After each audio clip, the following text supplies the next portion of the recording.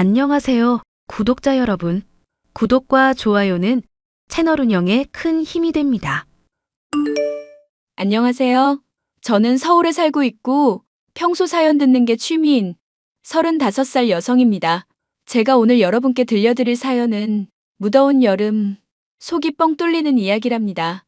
결론부터 말씀드리자면 저를 부러워하다 못해 열등감에 찌들어 있던 신우이의 코를 납작하게 만들고 자꾸 집안 무시하고 이겨 먹으려 하길래 기도 못표게 참교육해버렸죠. 지렁이도 밟으면 꿈틀한다잖아요. 저도 크게 한 방 신우이한테 먹였는데 아주 속 시원하답니다.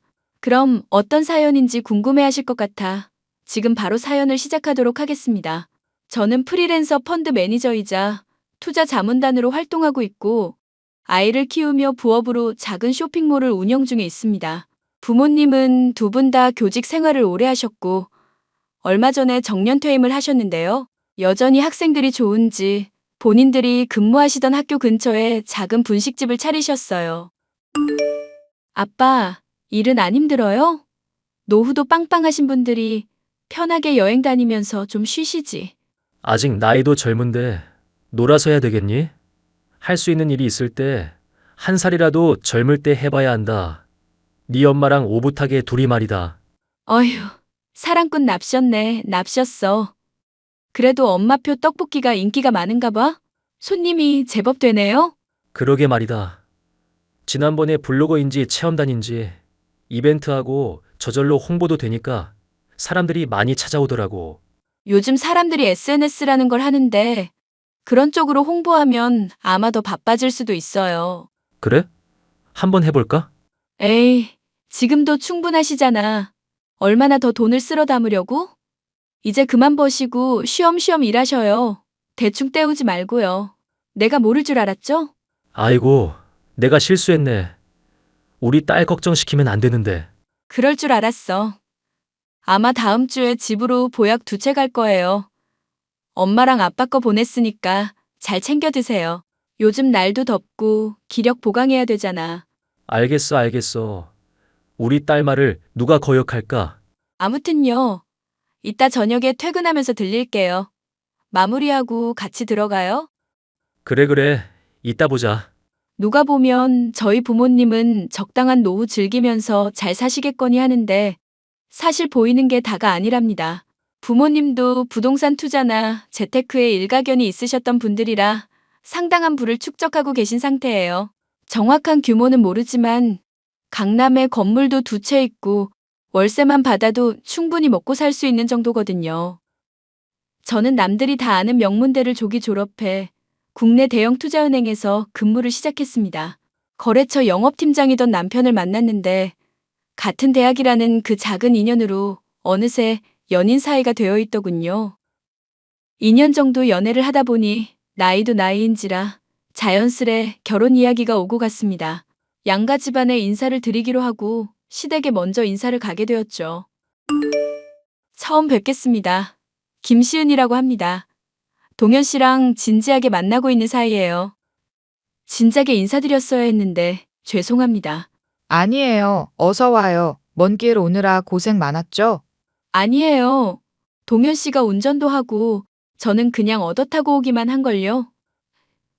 아, 이건 뭘 좋아하실지 몰라서 제가 준비해온 자그마한 선물입니다. 어머, 이거 요즘 유행한다는 마유 크림 아니야? 내가 피부 미용에 관심 많은 거 어떻게 알고. 고마워요. 잘 쓸게요. 엄마, 그나저나 나라는 어디 갔어? 오늘 새 언니 될 사람 인사하러 온다고 했는데 도대체 이런 중요한 날에 어디 간 거야? 말도 마라. 나보다 자기가 더 난리였어. 잘 보여야 된다고 미용실에 가서 머리하고 온다더라. 누굴 닮아서 그렇게 요란을 떠는지. 아, 내 정신 좀 봐. 배고프죠? 어서 와서 앉아요. 뭘 이렇게 많이 준비하셨어요? 너무 감동이에요, 어머님. 며느리 될 사람이 온다는데 이 정도는 기본으로 해줘야지. 정신 나간 우리 아들 붙잡아준 은인인데 이 정도도 못할까? 어서 와서 먹어요. 나라 기다리다가 목 빠지겠어. 그래, 자기야 이리 와서 앉아. 차린 건 없지만 많이 들어요. 엄마, 나왔어. 나 안 늦었지? 미용실에서 시간을 오래 잡아먹었네. 오빠랑 새언니 벌써 온 거야? 이미 왔다. 빨리 와서 밥이나 같이 먹어. 밥을 먹으려 앉았는데 마침 헐레벌떡 시누이 될 사람이 뛰어들어오길래 온 매무새를 가다듬고 일어섰습니다. 그런데 시누이와 눈이 마주치자마자 저희 두 사람은 그대로 굳어버릴 수밖에 없었어요. 눈앞이 캄캄해진다는 말이 이런 건가 싶을 정도로 머리가 핑 돌더라고요. 잠깐의 정적이 흐르고 먼저 말을 꺼낸 사람은 시누이였습니다. 김시은? 너 한국여중, 한국여고 나온 김시은 맞지? 네가 어떻게 여길? 그건 내가 할 소리야. 네가 왜 여기 있어? 우리 집엔 무슨 일인데? 설마 우리 오빠 여자친구가 너야? 나라야, 왜 그래? 너 네 오빠 여자친구 만난 적 있어? 자기야, 자기 여동생이 이 사람이야? 아, 응. 내가 사진을 한 번도 안 보여줬네. 내 여동생이야. 이름은 권나라고. 근데 둘이 아는 사이야? 어디서 만난 적 있어? 알다마다? 야, 너 나 모른 척 할 거야? 우리 중학교 때부터 정말 앙숙이었잖아. 야, 김시은. 너 학창 시절엔 나한테 꼼짝도 못하던 게 아주 신수가 훤해졌다. 성형 수술이라도 했냐? 뭐? 너 지금 말 다 했어? 아이고, 나라야. 실없는 소리 하지 말고 일단 앉아. 손님 세워두고 그게 뭐 하는 짓이야. 그리고 너 새언니 될 사람한테 그렇게 함부로 하지 마라. 동창 사이라도 손윗 사람인데 미리 처신 잘해라. 새언니는 개뿔. 아, 이 기막힌 우연 너무 웃긴데? 나중에 따로 이야기하자. 너 새 언니한테 무슨 말버릇이야? 예의 갖춰서 말해. 아이고, 무서워 죽겠네. 벌써 마누라 편든다 이거야? 오빠 뒷감당 어떻게 하려고 그러냐? 닥쳐. 밥이나 먹어. 새 언니 될 사람 앞에서 무슨 추태야? 아, 알았어. 알았다고. 저는 밥이 입으로 들어가는지 코로 들어가는지 모를 정도로 정신이 없었습니다. 어찌어찌 자리를 잘 마무리했는데 인사를 다녀온 뒤부터 좋지 않은 예전 기억이 떠올라 무척 힘들더군요. 제가 학창 시절 기억이 좋지 않은 건 모두 시누이 될 사람이자 남편의 여동생 때문이에요. 저는 원래 부모님처럼 훌륭하게 학생들을 가르치는 멋진 교사가 될 것이라는 꿈을 가지고 있었습니다. 그 영향 때문에 자연스레 공부에 관심이 많았고 늘 전교 1등을 놓치지 않았죠. 예상하셨다시피 전교 2등은 바로 시누이였습니다. 그리고 문제는 이뿐만이 아니었어요. 저를 좋아하던 남자애가 있었는데 하필 그 친구를 시누이가 짝사랑하고 있던 거예요. 그걸 빌미로 시누이의 괴롭힘은 시작되었고 저는 그 괴롭힘에 지쳐 삶의 목표까지 바뀌게 되었습니다. 무조건 돈 많이 벌어서 돈으로 다 눌러버리겠다는 어긋난 생각을 하게 된 거죠. 시누이의 행동은 여느 일진들이 하는 행동과 똑같았습니다. 되지도 않는 소문을 퍼뜨려 절 고립시키거나 잡심부름을 시키기도 했고 가끔 마음에 안 든다는 이유로 폭행도 서슴지 않았죠. 그런 고통을 잊기 위해 미친 듯이 공부에 매달렸고 그 결과 남들이 가기 힘들다는 대학에 입학해 조기 졸업까지 하게 된 겁니다. 대한민국에서 네로라 하는 투자은행의 직원이 된 저는 더 이상 두려울 게 없었어요. 하지만 언제까지 이런 과거에 연연하며 살 수는 없는 노릇이었습니다. 며칠을 고민한 끝에 남편을 사랑하는 마음 하나 믿고 지난 과거는 훌훌 털어버리기로 했습니다. 그렇게 본격적으로 결혼 준비를 하게 되었죠. 그러던 어느 날 시누이에게 전화가 걸려왔습니다. 야, 김시은. 너 지난번에 보니까 때깔 좋아졌더라? 수술은 어디서 한 거야? 결혼 준비는 잘 돼가는 거냐? 준비는 잘하고 있지.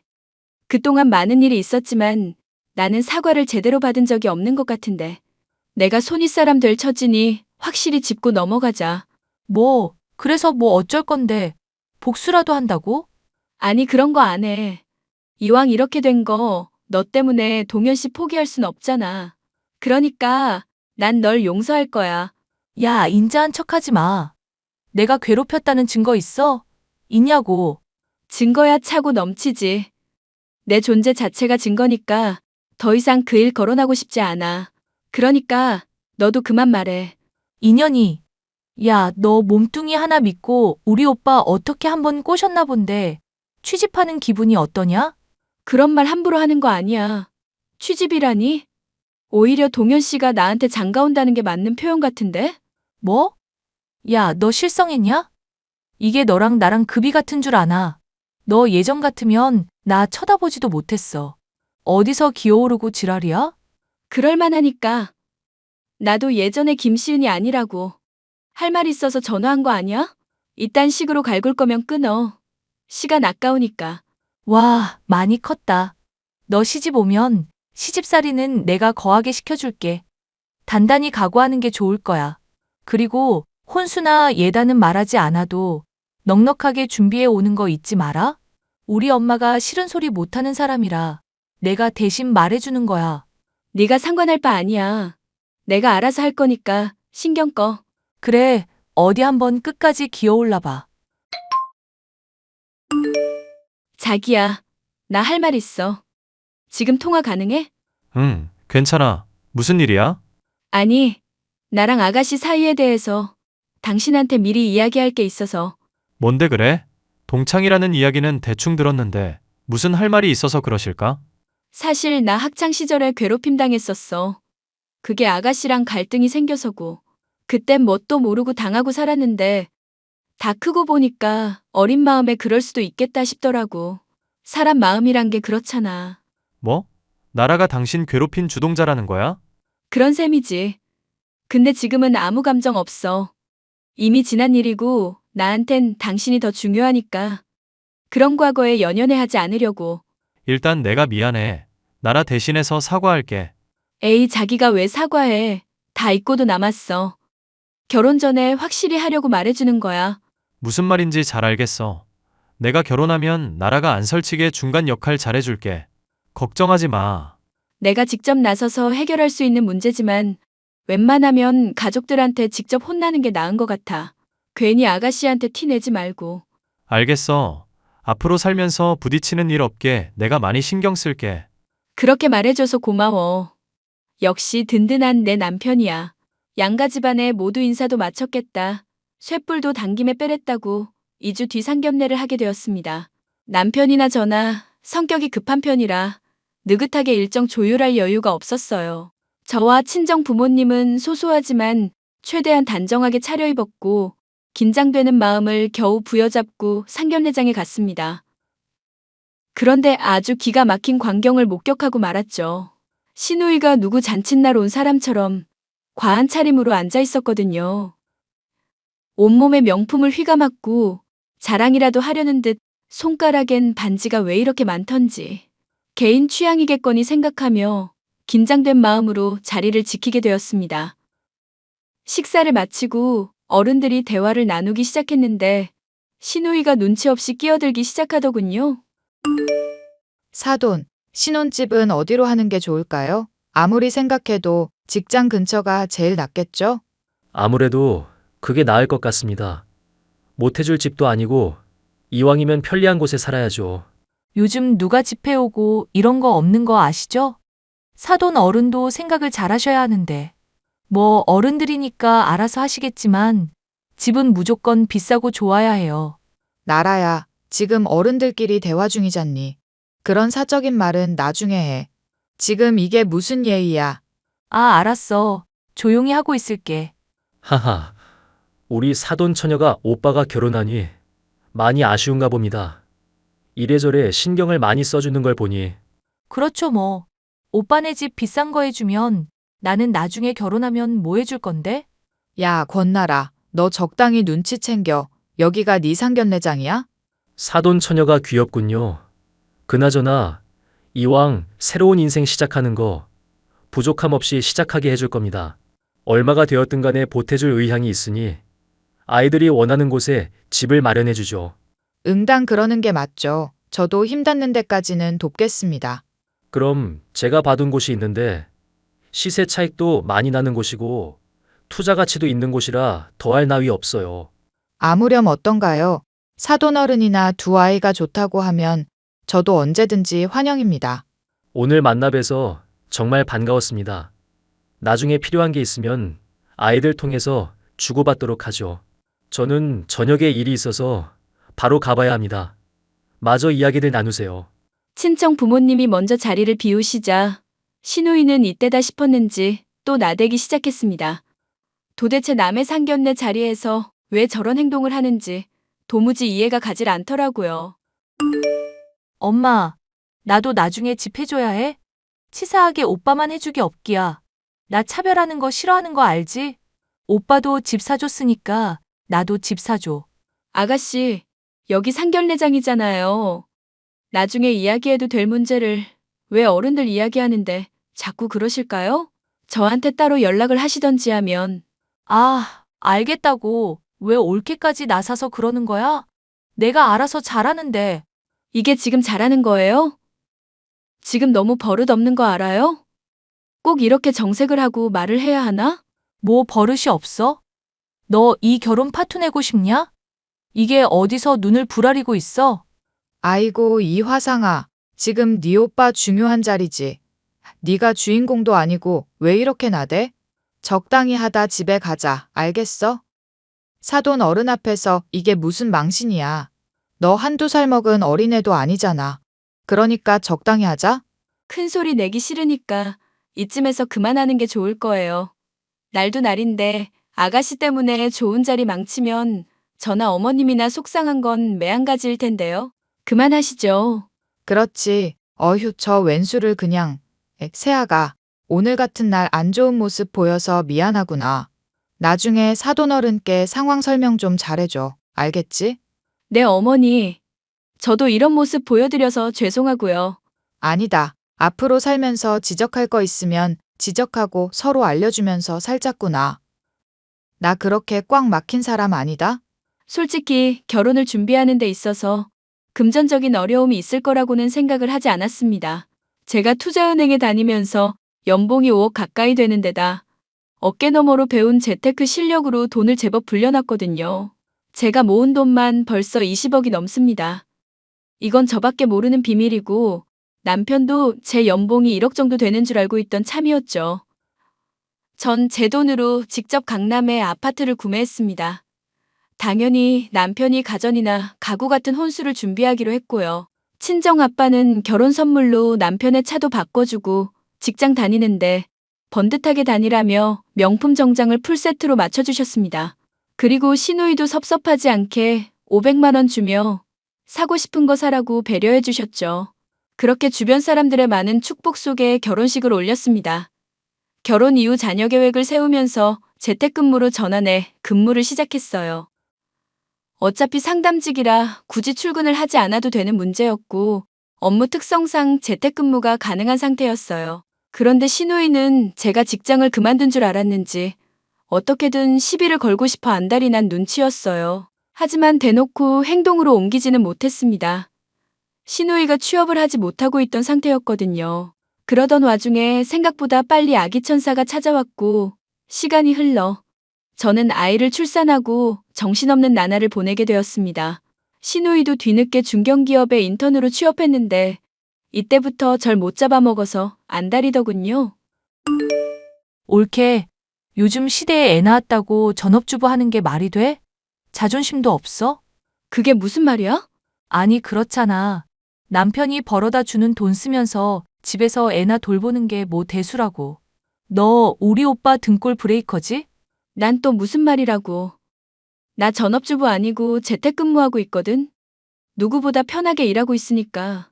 내가 뭘 하던 네가 걱정할 게 아닌 것 같은데? 누가 걱정한대? 불쌍해서 그러지. 나 봐봐. 연봉 7천의 커리어 우먼. 나 보면서 느껴지는 거 없어? 남편이 벌어다 주는 돈 펑펑 쓰면서 사모님 놀이하니까 어때? 너도 이제 맘충되는 거 아니야? 돈 많은 친정 둬서 일 안 해도 된다 이거냐? 우리 오빠 불쌍해서 어떡해. 느껴지는 거 없는데? 네 연봉 2배가 내 연봉이거든. 듣자 하니 못 참아서 하는 말인데 시누이 대접해줄 때 얌전히 있어라? 야, 너 내가 누군지 잊었어? 나 신우야. 너 지금 나한테 이래도 되는 입장 아닌데? 그럼 뭔데? 난 너한테 꿀릴 거 하나 없는데? 허언증 환자 주제에 자존심은 있어가지고. 너 애 딸린 이혼녀 되고 싶냐? 내가 그렇게 만들어줘? 마음만 먹으면 언제든지 가능한 거 알지? 당장 나한테 머리 조아리지 못해? 누가 할 소리? 너 한 번만 더 깝죽거리면 너네 오빠고 뭐고 다 부셔버릴 줄 알아.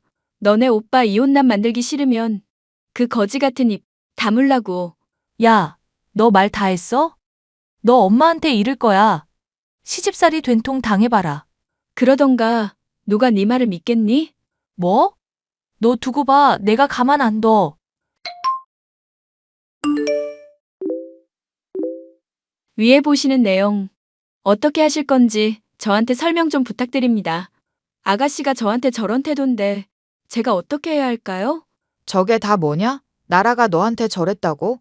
네, 어머니. 제가 말을 안 해서 그렇지 저 할 말 많은 사람이에요. 시댁 사정 안 좋은 거 빌미 잡고 싶지 않은데 자꾸 저런 식으로 나오면 저도 참고만 있진 않을 겁니다. 당신 왜 그래?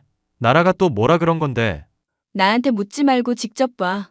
내가 일전에 말했지. 나는 가슴에 묻고 지나갈 거라고.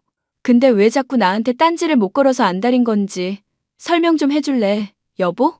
아휴, 새아가. 내가 자식 교육을 잘못 시켰어. 내가 대신 사과할 테니까 기분 풀어. 어머니, 확실히 해주세요. 저 이렇게 어물쩍 넘어가는 건 이제 더 이상 못합니다. 저 이혼시킨다는데 어이가 없어서. 내가 저 새끼를 잡아 족치든지 해야지. 자기야, 내가 정말 미안해. 나 봐서라도 이해해주라. 나랑 엄마가 잘 타이를게. 어머니, 여보, 이런 식으로 이야기해서 정말 죄송한데 아가씨가 저럴 때마다 피가 거꾸로 솟는 것 같거든요. 앞으로 평생 얼굴 보면서 살아야 하는데 얼굴 붉히기도 싫고.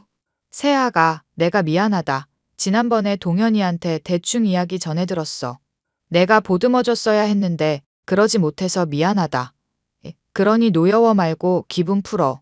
그럼 어머님만 믿을게요. 사실 결혼하고 나서 시댁의 사정이 좋진 않았습니다. 결혼하면서 제가 집을 마련한 것도 남편이 집을 부담하기엔 어려움이 있어 보였기 때문이고요. 엎친 데 덮친 격으로 시댁이 전세 사기를 당하는 바람에 순식간에 전 재산을 잃고 자금적인 여유가 사라진 상태였거든요. 그래도 결혼했고 평생 함께할 가족들이니까 큰 마음 먹고 도와드렸습니다. 전세 사기범은 잡혀서 구치소에 갔지만 피해 금액을 구제받긴 어려워 전 재산을 날린 거나 마찬가지니까요. 살고 계신 집도 제가 투자 목적으로 사두었던 소형 평수 아파트고요.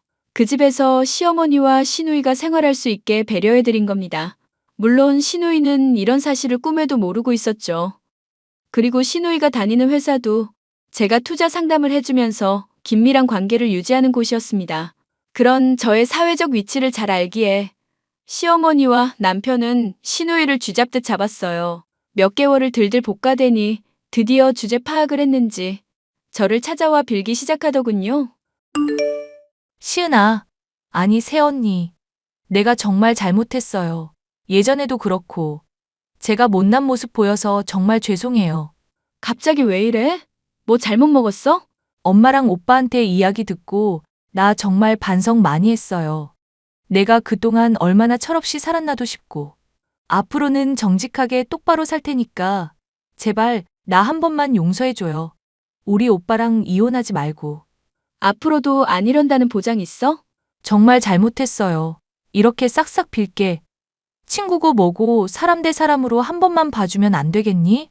너 앞으로 한 번만 더 그러면 가족으로 취급 안 해줄 거야. 알겠어? 가짜는 일진놀이는 학창시절까지만 참아주는 거야. 나도 앞으로는 당하고만 있진 않을 거야. 내가 어떻게 이 위치까지 올라왔는지 알면 너 나한테 이렇게 함부로 못해. 미안해. 아니, 죄송해요, 새언니. 제가 앞으로 잘할게요. 나한테 한 번만 더 깝죽거렸다가는 학폭으로 신고당하고 개망신당할 줄 알아. 가족이니까 이 정도로 끝내는 거야. 앞으로 서로 기본 예의는 지키면서 살자. 네, 정말 죄송해요. 앞으로 살면서 못된 짓은 안 할 거예요. 뭐 이 정도면 되겠지. 그리고 우리 사이에 존댓말 주고받는 건 좀 그렇다. 그냥 예전처럼 편하게 대해. 저 정말? 그래도 돼? 그럼 예전처럼 굴지만 않으면. 고마워, 시은아. 내가 앞으로 잘할게. 용서해줘서 고마워. 그 뒤로 어떻게 됐냐고요? 시누이는 제 말이라면 법인 줄 알고 있어요. 말하지 않아도 먼저 찾아와 아이도 봐주고 집안일도 도와주고 가끔은 말동무도 해주며 아주 잘 지내고 있어요. 시어머니도 매일같이 찾아와 육아와 살림을 도와주고 계십니다. 하루아침에 관계 회복이 되지는 않겠지만 그동안 버텨온 세월이 헛되진 않을 거라 생각합니다. 잠시 서로 어긋났던 사이긴 했지만 사이좋게 잘 지내게 될 수 있어서 제가 다 기분이 좋네요. 시간이 제법 흘러 아이를 어린이집에 보내고 복직을 할까도 생각했지만 시간 투자를 좀 더 해서 재택 업무량을 늘리기로 했습니다. 아이 돌보면서 일까지 하느라 피곤하고 정신없지만 전 제가 할 수 있는 일에 최선을 다하면서 살아가려고요. 본업 말고도 공동구매를 해볼까 하고 작은 쇼핑몰을 개설했는데 SNS를 잘 다루는 친구 덕분에 반응이 좋은 편이에요. 월 매출이 기적적이진 않지만 400 정도로 무난한 수입을 유지하고 있답니다. 저는 이 돈을 모아서 노후 자금을 할 거고 시어머니 용돈도 드리고 알차게 사용할 예정입니다. 여러분, 제 사연은 여기까지입니다. 어떠셨나요? 시댁과 관련된 사연을 읽어보면 시누이나 시댁 식구들과 대부분 좋지 않은 결말로 끝이 나는데 저는 해피엔딩이라서 느낌이 다르지 않나요? 무조건 피하는 것만이 답은 아닌 것처럼 저처럼 사람 하나 고쳐 쓴다 생각하면 어떨까요? 옛말 틀린 거 하나 없지만 그래도 고쳐질 사람은 고쳐질 테니 말이죠. 제 긴 사연 읽어주셔서 감사드리고 저는 여기서 이만 마치겠습니다. 많은 공감과 응원의 댓글 부탁드릴게요.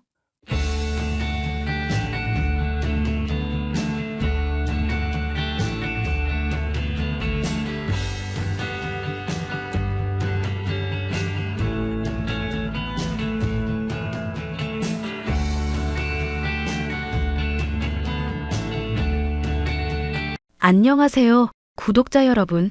구독과 좋아요는 채널 운영에 큰 힘이 됩니다. 안녕하세요.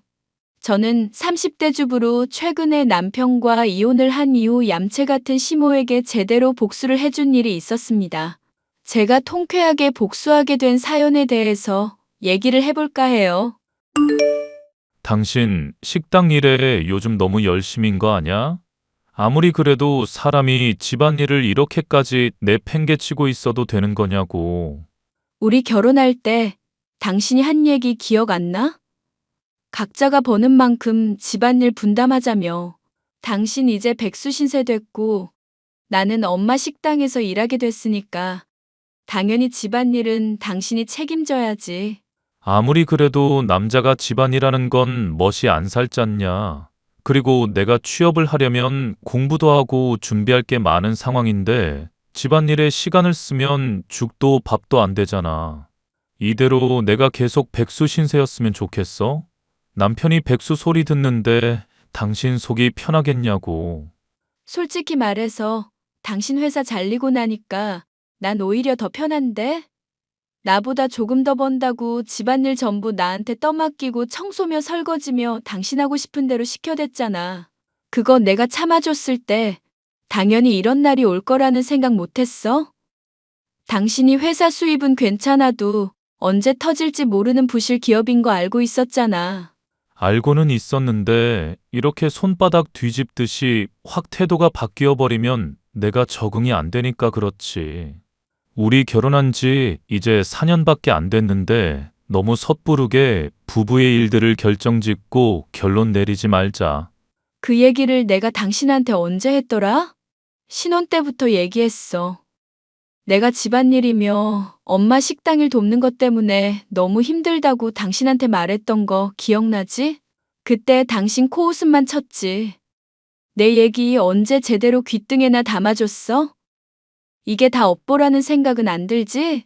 엇보인 거 알겠으니까 나 좀 숨쉬게 도와달라고. 집에서 집안일하니까 이게 사람 사는 게 말이 아냐. 남자로서의 자존감도 쪼그라들고 이대로 가다간 정말 큰일 날 것 같다고. 아빠가 돌아가신 마당에 집안 기둥이 그래도 나인데 30 넘은 나이에 백수라는 게 말이 되냐? 엄마가 이런 내 모습 보면 얼마나 실망할지 짐작도 안 갈 지경이야. 그래도 어머님한테 힘든 거 얘기는 했다며? 뭐라고 말을 부풀려 놨길래 어머님이 날 카페에서 보자고 하시는데? 당신이 힘든 거 또 보나마나 과장해서 잔뜩 떠벌려 놨겠다? 엄마야 원래 내 일이라면 두 팔 꺾고 어디든 나서는 사람이잖아. 그냥 안색이 안 좋아 보인다길래 집안일 하느라 힘들다고 했을 뿐이야. 어이구, 그렇게 말했을 줄 알았다. 집안일 한다고 힘든 게 아니라 당신이 회사 잘린 것 때문에 힘들다고 말을 해야지. 그것 때문에 집안일하게 되어놓고 말을 왜 그따위로 해서 사람을 힘들게 해?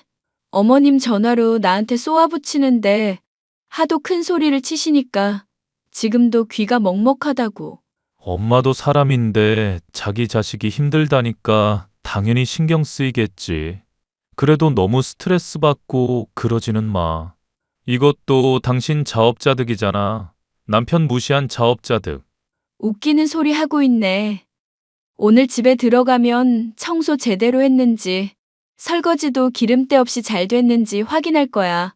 아, 또 아쉬운 소리 좀 했다고 깐깐하게 나오고 그러냐. 원래 나 100% 완벽하게는 못해도 어느 정도 설렁설렁은 잘하는 사람인 거 알잖아. 저번에 보니까 설거지했다는 그릇에 강아지 똥이 묻어 있었잖아. 그건 설렁설렁한 게 아니라 일부러 나 엿먹이려고 공들인 수준이던데? 강아지가 꼬리에 똥 묻히고 돌아다니다가 그릇에 우연히 묻은 걸 가지고 왜 내 탓이야. 그런 식으로 따지면 강아지가 전선 끊어먹고 소파 뜯어놓는 것도 다 내 탓이겠네? 당신이나 어머님이나 공짜라면 사족을 못 써서 정말 큰일이다. 비싼 품종견이라는 말에 내 상의도 없이 멋대로 데려와 놓고 제대로 돌보지도 못하고 이런 식으로 무력에 눈이 멀어서 일 그르친 게 한두 번이야? 제발 정신 좀 차려.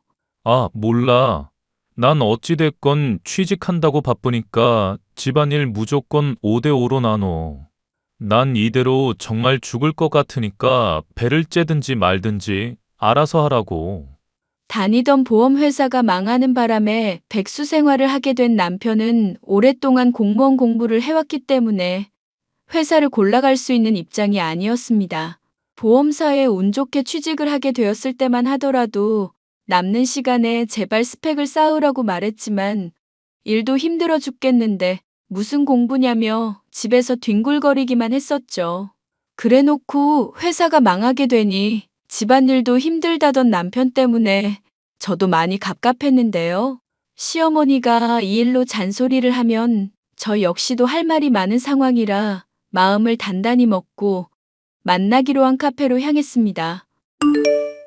너 우리 진우한테 집안일 많이 시킨다며 식당 일 바쁘다는 핑계 대면서 바쁘다는 핑계를 대는 게 아니라 정말로 정신이 없을 정도로 사람들이 많아서 그래요. 국수야 뭐 면 삶아서 육수에 첨벙 담그고 내놓으면 끝날 일 아니니? 국수집 일 해봐야 얼마나 힘들고 얼마나 바쁘다고 그 유세라니?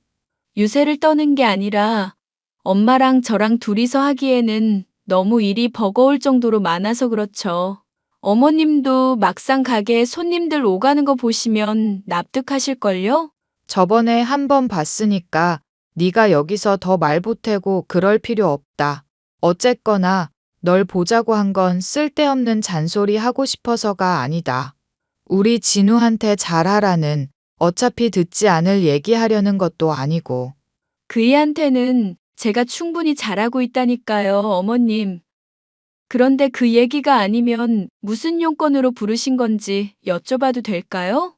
안사돈도 그렇고 나도 그렇고 남편 잃은 처지는 동병상련이 아니니 여자가 혼자서 살아가기가 쉽지 않다는 거 잘 알고 있다.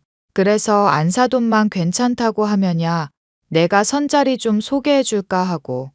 선이요? 엄마는 그런 거 딱히 관심 없을 텐데요.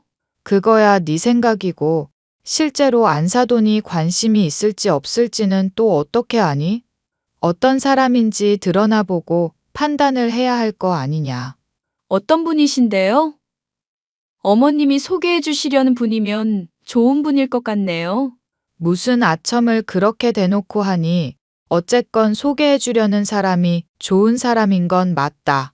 부동산 중개업자고 이 인근에서 오랫동안 일해온 토박이야.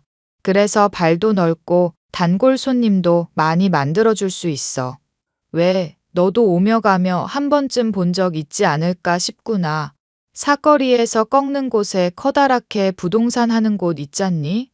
설마 아파트 단지 바로 앞에 있는 부동산 말씀하시는 거예요?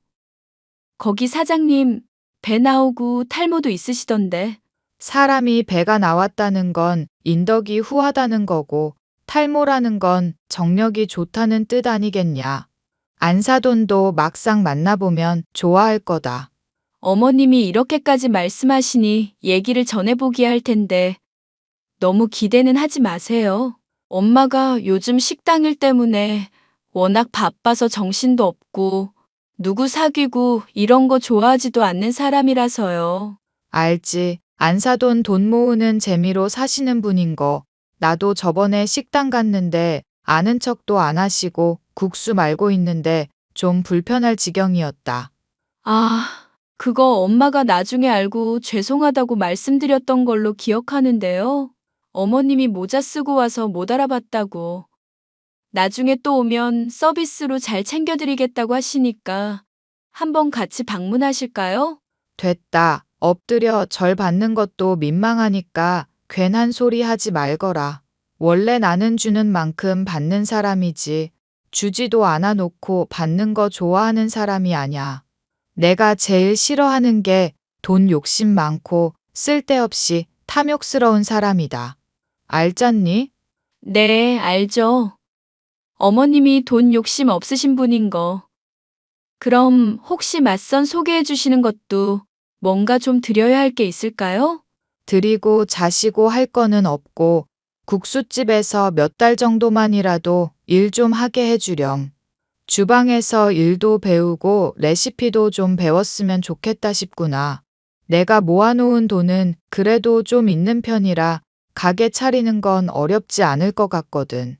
레시피를 공짜로 알려달라고요? 그건 좀 엄마랑 상의가 필요한 일 같은데요. 그리고 맞선 대가로도 좀 지나친 느낌이고요. 너도 잘 생각해봐라. 바로 옆에 장사를 하겠다는 것도 아니잖니. 그리고 내가 가게를 차려서 잘 되면 너도 좋은 일 아니니? 게다가 내가 당분간 안사돈이랑 너랑 같이 도와서 일하면 가게 일도 수월해질 거고 덕분에 우리 진우도 조금은 집안일 덜 할 수도 있을 거고 레시피는 안 알려줘도 되니 옆에서 지켜보며 일 도울 수 있게만이라도 해주거라. 월급은 내가 일한 만큼 받겠지만 성에 안 차면 공짜로라도 일할 테니. 응? 어머님 뜻이 그러시다면야. 일단 엄마한테 먼저 물어볼게요. 제가 설득은 해보겠지만 엄마가 이런 부분에서는 까다롭고 이상한 고집 같은 게 있어요. 그러니까 너무 기대하시거나 실망하지 마시고요. 그래 고맙구나 아가. 그런데 요즘은 저보고 애 가지라고 재촉 같은 거 전혀 안 하시네요? 신혼 때만 하더라도 저 그걸로 많이 힘들게 하시더니. 요즘 같은 세상에 대를 잇니 많이. 그런 게 뭐가 중요하겠니. 그저 자기 몸 건사하기도 힘든 세상인데. 저와 엄마가 운영하는 식당 일을 난데없이 돕고 싶다는 어머님. 레시피 운운한 걸로 보아 또 얌체같이 돈 되는 식당의 비법을 쏙 빼먹고 싶어 하는 게 눈에 훤히 보이는 게 참 얄밉더라고요. 심지어 그 대가랍시고 언급한 게 별로 매력도 없고 엄마와는 연령대도 맞지 않는 부동산 중개업자분이라고 하니 기가 막혔죠. 시어머니의 제안을 당연히 거절해야겠다고 생각하고 있었는데 얼마 지나지 않아 그 제안을 받아들여야만 할 일이 생기게 되었습니다. 연일 바쁜 식당 일을 저와 둘이서만 해나가느라 과로하게 된 엄마가 결국 무리한 일로 인해 쓰러져 병원에 실려가게 된 것이었죠. 엄마, 간 수치가 이렇게 높게 나온 건 의사 선생님이 살다 처음 본다고 하시더라. 사람이 어떻게 몸을 굴려야 갑자기 혼절을 할 수가 있어? 난 정말 엄마 어떻게 되는지 알고 식겁했잖아. 네 아빠 돌아가시고 나서 내가 어떻게든 너 건사하고 먹여 살리겠다고 다짐했잖니. 이럴 때가 아니라 얼른 퇴원해서 가게 일을 해야 할 텐데 정말 시간이 아깝구나. 엄마, 이럴 때라도 좀 푹 쉬고 가게 일은 앞으로 좀 줄이든지 하자, 응? 사람이 돈 버는 것도 건강 위해서 그러는 거고 행복하고 싶어서 돈 버는 거잖아. 돈이 인생의 전부도 아닌데 왜 그렇게까지 몸 상해가며 일을 하는 거냐고. 네 말이 맞기는 하는데 가게 손님들 실망시켜주고 싶지도 않아서 그래. 식당 며칠 동안이나 쉬면 찾아오는 손님들이 많이 실망할 텐데 그걸 어떻게 감당해야 할지 모르겠다. 이번 달 매출에 완전 타격이 크겠는데. 의사 선생님이 엄마가 너무 과로해서 간이며 장기며 죄다 망가지기 직전이었다고 그러더라. 몸 상해가면서 일할 거면 사람을 좀 쓰든지 하자. 응? 사람 쓰는 거야 쉽지만 국수집 일 쉽지 않은 거 너도 알고 있잖니. 진득하게 붙어서 오랫동안 일 배우려는 사람도 없고 그렇다고 또 아무나 뽑을 수도 없는 노릇이고. 그렇잖아도 어머님이 식당일 배워보고 싶다고 하시기는 했어. 사돈 양반이 무슨 바람이 불어서? 몰라. 식당 차리고 싶은 마음이 나중에 생겼다 어쩐다 하시면서 레시피까지 달라고 하시더라. 그거야 무리라고 말씀드렸으니까 별 문제 없을 것 같기는 한데. 엄마 생각은 어때? 어차피 옆에서 지켜본다고 해도 하루아침에 따라 할 수 있는 맛도 아니잖아. 그렇지. 그 세월 동안 익혀온 게 있는데 사소한 거 하나만 달라져도 맛이 크게 좌지우지되는 게 국수 아니니. 어쨌거나 사돈 양반 욕심 많은 사람이니까 가게 일 배우면 오랫동안 잘 붙어 있기는 하겠네. 내 생각이 좋다면야 나도 괜찮은 것 같다. 오케이. 그럼 엄마도 찬성했으니까 시어머니한테 이 이야기 전할게. 당장 내일부터라도 일할 수 있다고 하시면 좋아하실 거야. 저는 시어머니에게 가게 일을 도와달라고 권유를 했습니다. 시어머니는 흔쾌히 일을 받아들이면서도 엄마의 건강이 상한 것에 대해서 걱정을 하시더군요. 어휴, 안 사돈이 과로로 실려가다니 안타까워서 어쩐다니. 아무리 돈이 좋아도 그렇지 적당히 무리를 하셨어야지. 그렇잖아도 병원에 더 누워있기 싫다는 거 뜯어말리느라 고생했네요. 사실 돈 때문이기도 하지만 손님들이 끊어질까봐 그게 더 걱정이라고 하시네요. 손님이 돈이니까 그 말이 그거 아니니? 어쨌거나 사람이란 말이다. 인생에서 돈이라는 게 전부가 아니다. 돈 말고도 얼마든지 추구해야 할 게 있는 법이야. 너도 잘 새겨들어. 네. 저야 어머님이 무슨 말씀하시는지 잘 알고 늘 새겨듣고 있죠. 그런 애가 임신하기 싫다고 이 시모 속을 그렇게 썩였니? 어머님, 사실 그 문제로 하도 화를 내셔서 그이 얘기를 하기가 조심스러웠는데요. 제가 임신하기 싫어했던 게 아니라 임신 못하는 걸 자꾸 제 탓으로 하니까 거부감이 생겼었던 거예요. 거부감이라니 애 낳자는 게 우리만 좋자는 것도 아니고 너도 좋은 일 아니냐. 그게 거부감이 생기고자 시고 할 게 어디 있니? 아니요. 저도 당연히 좋기는 한데 임신이 안 되는 이유를 검사해보자니까 본인은 죽어도 아니라면서 검사 같은 걸 안 받겠다고 하잖아요.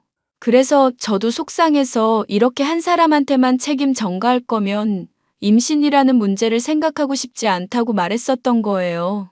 임신한다고 하더라도 육아며 애가 자라면서 이래저래 신경 쓸 일이 많은데 저한테 다 떠맡길 거냐고 말했었던 거고요. 이걸 그이가 좀 왜곡해서 전달드렸는지 어머님이 많이 오해를 하고 있으시더라고요. 너란 게 이제 결혼한 지 5년이 넘었다. 대를 이을 자식이 필요하다고 노래 부르다가 아예 내가 목이 쉴 지경이잖니. 그래서 나도 포기했으니까 너도 그렇게 알고 맘 편히 먹거라. 참, 어머님이 도와주신 덕분에 그이도 취업 준비하는 거 지금보다 더 수월해질 것 같거든요. 요즘 들어 더 외출도 잦아지고 집 밖에만 돌아다니는 것 같던데 스트레스 받지 말라고 말씀 좀 해주실 수 있으실까요?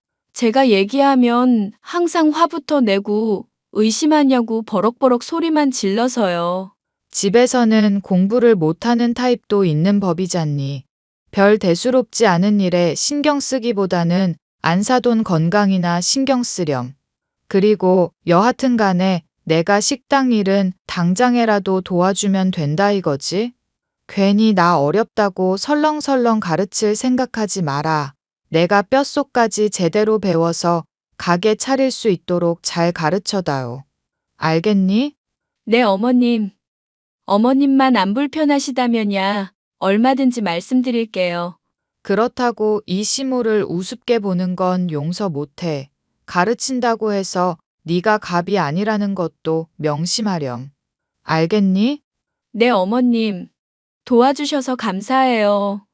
가게 레시피 그대로 알려드리는 거야 맛이 겹치니까 무리겠지만 어머님이 열심히 잘 따라오시면 메뉴 개발하는 것부터 만드는 것까지 많이 도움드릴게요. 당연한 얘기를 왜 생색내고 있니? 알겠으니까 얼른 일이나 시작하자꾸나. 의욕을 너무 보여서 절 힘들게 하는 시어머니와 달리 남편은 게으르기 짝이 없어 사람 속을 터지게 했었는데요. 집을 나갔다가 돌아오면 방에 누워 빈둥거리기만 하는 모습이 아주 일상이었습니다. 여보, 제발 기본적인 건 좀 지키자고. 내가 몇 번을 말해. 물 떠마시는 것도 내가 있어야 하고 밥도 알아서 안 차려 먹잖아. 하다못해 식당도 물은 셀프 서비스라고. 여기가 식당이니? 식당이야? 좋아. 그렇게 말했으니까 나도 한번 따져보자. 식당이 아닌데 왜 집에 오면 당연한 것처럼 밥 한마디 하고 드러누워서 대접받을 생각만 하고 있는데? 집안일 5대5로 하잘 때는 언제고 어머님이 도와드려서 편해졌는데도 빈둥거리기만 하냐고. 밖에서 공부하는 게 워낙 힘드니까 그렇지. 생각을 해봐. 독서실에서 취업 준비하면서 머릿속에 이것저것 집어넣는 것도 지옥인 마당이야. 근데 집에서마저도 휴식 없이 집안일 신경 쓰느라 힘들어야 해? 솔직히 엄마가 가게 일 도와줘서 편해졌으면 내가 어떻게 나오건 고마워할 줄 알아야 하는 게 인지상정 아냐? 당신은 어쩜 사람이 그렇게 뻔뻔하고 자기중심적이야? 웃기고 있네. 자기중심 끝판왕한테 그런 얘기 들으니까 기가 찬다. 아기 못 가지는 것도 내 탓으로 몰아가려고 안달이 났던 사람이 할 말이니? 내가 언제 당신 탓이라고만 했어? 애 못 가지는 문제 당신 탓일 수도 있고 내 탓일 수도 있으니까 건강검진을 해보자고 했잖아. 됐네요, 이 사람아. 나 군대도 1급 현역으로 간 사람이고 이제까지 건강으로 큰 문제 없었던 사람이야. 그럼 내가 무정자증이라도 된다는 거야, 뭐야? 보나마나 당신이 임신 못할 체질을 타고나서 그런 걸 텐데 왜 자꾸 나만 가지고 트집을 잡냐고. 정 억울하면 당신이 혼자라도 병원 가서 검사를 받아보든가. 집에서 빈둥거리며 속을 터지게 하는 남편의 모습을 보니 차라리 이혼을 해버려야 하나 그런 생각이 들 지경이었습니다. 보험회사에 다닐 때야 그래도 자주 보는 시간이 없었으니 그럭저럭 버틸 수가 있었지만 살면 살수록 이 사람하고는 말이 통하지 않는다는 생각이 들고 있었죠. 시간이 지나면 괜찮아지려나 생각하며 버틴 것이 5년이나 됐으니 차라리 이혼을 하는 게 좋지 않을까 생각이 들 정도였어요. 하지만 엄마가 식당 일을 하기 위해 회복을 하기까지는 어느 정도 시간이 필요했으니 시기적으로는 좋지 않은 시점이라 결단을 내리지 못하고 있던 저였죠. 그런데 이런 결단을 내리고 싶게끔 만드는 말을 엄마가 꺼내더군요. 엄마 말이다. 일은 이만하고 쉬는 게 어떨까 싶구나. 그게 무슨 말이야? 식당이 인생의 전부인 것처럼 굴더니. 찾아주는 손님들 덕에 하루하루가 행복하고 좋았지. 그런데 점점 내가 사람들의 행복한 걸 보고 싶어서 돈을 버는 건지 아니면 사람들이 돈으로 보이니까 그게 행복한 건지 헷갈리더라고. 누워있으면서 많이 반성했다. 돈에 미쳐가지고 몸까지 상해가면서 그렇게 고생을 했었나 하고, 죽고 나면 갖고 가지도 못할 걸 위해서 그렇게 무리했나 하고. 엄마 말이야 맞는데 그럼 식당은 어떻게 하고? 나 혼자서는 감당하기가 힘들 것 같은데. 그래도 도와주기는 할 거지? 사돈 양반이 도와주고 있다며. 말도 마. 기본이 안 되어 있는데 사람 말은 또 더럽게 안 들어. 내가 오이를 어슷썰기 하면 그걸 그대로 따라하면 되잖아. 근데 자기 고집대로 믹서기에 갈아야 직성에 풀리시나 봐. 이런 게 하도 많아서 어디서부터 어떻게 손을 대야 할지도 모르겠어. 그럴 때는 단호하게 말을 해야지. 손님한테 맛없는 음식 내놓다간 큰일이잖니. 안 그래도 내가 보일 때마다 통제하고는 있는데 고집이 어찌나 센지 모르겠다. 자기 말이 맞다고 박박 우기면서 조만간 자기 친구들 하루 날 잡아 쉬는 날에 부를 거래. 그리고 가게 방식이랑 자기 방식이랑 뭐가 맞는지 확인도 받겠다더라고. 참 대단한 열정이다만 그렇게 해서 제대로 될지는 모르겠구나. 보니까 요리는 평생 해본 적도 없으신 것 같던데. 내 말이. 하여튼 엄마가 빨리 나아야 가게를 정상화할 수가 있을 텐데. 엄마가 가게를 좀 오래 비우고 있고 자기도 일 해보니까 할만하다 싶은가 봐. 가게 인수해볼까 말까 그런 얘기까지 나오고 있다니까? 사돈 양반이 인수한다고 제대로 할 수나 있겠니? 팔아버리면야 마음이 편하긴 하겠구나. 사실 나 건강 회복할 때까지 시간도 걸릴 것 같아서 그랬으면 하는 마음인데 헐값에 처분하기는 아까웠거든. 그럼 어머님한테 한번 말씀은 드려볼까? 그러도록 해보렴. 아니, 꼭 그렇게 하렴. 만약에 팔 수만 있다면야 우리야 좋지. 그렇잖아도 가게 일 힘들어서 어떻게 해야 하나 머리 아프던 차였으니까. 너도 이참에 좀 쉬어도 되고 네가 하고 싶다고 하던 다른 가게 차려도 되고. 응? 엄마가 아픈 일로 인해 잘 되던 국수집을 넘기게 된 상황이 그리 달갑지는 않았던 상황이라 저는 저라도 계속 가게 일을 해보려고 했죠. 하지만 남편의 문제로 인해서 스트레스를 받고 있었던 저는 그런데 정신을 쓸 여유가 없었습니다. 남편의 나태함은 나날이 수위를 더해가고 있어 강아지 산책까지 시키지 않아 집이 난장판이 된 일도 있었습니다. 참을 수 없었던 저는 남편을 몰래 미행했습니다. 대체 독서실에서 얼마나 열심히 공부를 하길래 집에서 이렇게 나태하게구나 하루 종일 지켜볼 요량이었죠. 때마침 시모가 가게 영업을 쉬는 날 본인의 친구들을 불러 자기 국수를 맛보게 하겠다고 한 날이라 시간도 남았었는데요. 저는 결국 남편을 미행하게 되었고 불륜의 현장을 목격할 수 있었습니다. 공원에서 어떤 아기를 안고 있는 여자와 만나더니 다정하게 손을 잡고 산책을 하더군요. 참 기가 막혔죠. 당신 지금 어디야? 왜? 내가 어딘지 알면 뭐하게? 말이 왜 그렇게 까칠하게 나와? 그냥 어딘지 물은 것뿐인데. 당신이 좋은 이유로 물었으면 내가 까칠하게 대답을 할 것 같아? 보나 마나 또 트집 잡으려는 거 아냐? 아니, 어머님이 국수집에 친구들 불러서 대접한다고 하셔서 시간이 남으니까. 그래서 당신이랑 오래간만에 영화나 같이 볼까 싶었지. 나 취직해야 한다고 바쁘다고 했던 거 기억 안 나? 공부하느라 바쁜 사람한테 영화 같은 소리 하고 있네. 바쁘니까 적당히 좀 해. 그래, 나도 앞으로 많이 바빠질 것 같네. 이제 당신한테 이런 얘기할 일은 아마 없을 거야. 뭐라는 거니? 아침부터 사람 짜증나게 하네.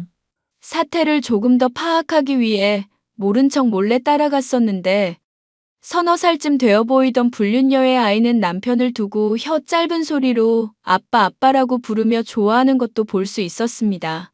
이걸 어떻게 복수해줘야 하나 고민하고 있는데 때마침 시모에게 연락이 오더군요. 안사돈 식당은 내가 운영해야겠구나. 사람들 반응이 아주 난리도 아니었다. 어머님 국수 반응이 좋았다고요? 그래, 이거사. 이 시모가 안 해서 그렇지 작정하고 덤벼들면 무슨 분야든 최고인 거 모르니? 됐으니까 안 사돈 그냥 이참에 평생 쉬시라고 해라. 지금 엄마가 평생 아프라고 악담하시는 거예요? 농담이잖니, 농담. 그러니까 왜 사람 말을 안 믿고 고집을 부려. 내가 하는 방침이며 레시피가 맞다니까. 이 시모 손맛을 왜 못 믿냐고. 어머님, 궁금한 게 있는데요. 제가 남편한테 화나서 애 안 가지겠다고 한다고 했을 때 처음에 많이 화내셨잖아요. 그런데 나중에는 왜 확 태도가 바뀌셨어요? 그런 일로 화를 내서 뭐 하겠니? 어차피 되지도 않을 거 설득하느니 그냥 내가 포기하는 게 맞지. 혹시 안심이 될 만한 일을 겪었다거나 그런 건 아니죠? 막 갑자기 대를 이을 손자가 생겼다거나. 너 무슨 농담을 해도 그따위 농담을 하니? 시모한테 그게 할 소리야? 지금 생각해보니 이상해서 그랬어요. 농담이니 기분 푸세요. 참, 식당은 어머님 말대로 넘겨드리도록 할게요. 가격 잘 쳐준다고 하신 건 절대 잊지 마시고요. 정말이니? 엄마 아픈 상황이고 어머님이 요리도 잘하시는데 뭐가 걱정이겠어요. 그이도 번듯한 자식으로 잘 키우셨으니까 저랑 엄마 식당도 더 훌륭하게 만드실 것 같아서요. 네가 오랜만에 이 시모에 흡족한 소리를 하는구나. 그래, 좋아. 오늘이라도 당장 계약서 쓰자꾸나. 저는 엄마와 얘기한 대로 시모에게 식당을 넘기는 한편 흥신소를 통해 남편과 시모의 뒷조사를 몰래 했습니다. 아니나 다를까 제가 예상했었던 대로 오래전부터 남편은 불륜을 저질러 오고 있었죠. 시모는 이 문제를 알고 있었지만 남편을 말리기는커녕 오히려 괜찮다며 부추기기까지 했었던 사람이었고요. 저는 알아낸 증거들을 가지고 이혼 소송은 물론 상간녀 소송까지 함께 진행할 수 있었습니다. 막대한 돈을 토해내게 되어 도끼가 오른 남편이 제게 따졌지만 저는 오히려 기분이 좋더군요. 너 정말 이렇게까지 해야 됐니? 우리 그래도 같이 산 세월이 있는데 이따위로 끝을 맺어야 했냐고. 그 오랜 세월 동안 나 기만해온 거 생각하면 할 말 없는 건 당신 아냐? 아무리 대를 잇는 게 좋아도 그렇지. 어떻게 두 집 살림을 할 생각을 할까? 당신이나 당신 엄마나 아주 막장이다 막장. 지금 네가 가져간 돈 얼마 되지도 않는 거 알고 있지? 엄마가 앞으로 식당 일하면서 벌어들일 돈에 비하면 세 발의 피도 안 된 돈이라고. 그래. 돈 열심히 벌어서 남의 자식 잘 부양해봐. 뭐? 남의 자식?